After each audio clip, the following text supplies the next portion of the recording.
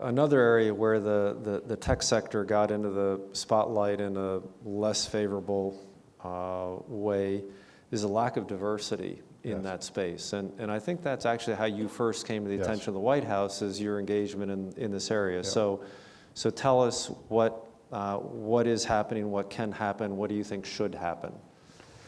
Well, you know, the macro problem is we don't have enough diversity in the tech core, I'll call it, at large. It's largely dominated by folks that look like me or, you know, are my gender and so on. And I think if you really want to have a truly effective workforce, whether it's in the cyberspace or anywhere else, you've got to have backgrounds and perspectives that are representing the broad cross-section of the society that you're serving. And we don't have that today. And it's very clear. You can look at numbers anywhere and you can see the disproportionate numbers and the disparity there. So problem is clear. Now the question is, what do you do about it and what are some of the causes?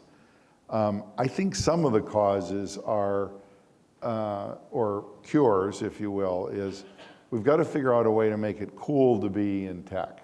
And it is cool, just not a lot of people know about it yet, even with all of the things that have happened. People know how to use tech, everybody's got their smartphone and so on, but if you ask people, do you want to be involved in the creation of that or the selling of it or the supporting of it or, you know, any of the cool kinds of jobs that you can have in the tech field, a lot of people say, oh, that's for nerds or for geeks or for somebody who's not like me, you know, it's not cool. I think these are pretty cool jobs, and you can go places and earn a great living and have wonderful experiences that frankly are hard to get in almost any other field. So I think there's an image and a brand problem with it. Then secondly, I think as institutions, we've got to do a better job of recruiting and promoting and hiring the diversity that we want. And that turns out to be a really hard problem as well, I think. It's subtle things. When I was at Microsoft, we spent a lot of time looking at how we were writing job descriptions, as an example.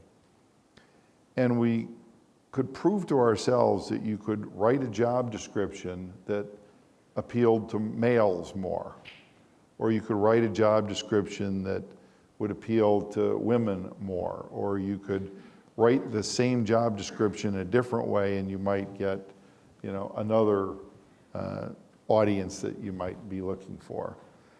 And the art of writing a job description was an underappreciated art, I'll say, at Microsoft, and we saw the same thing at VMware.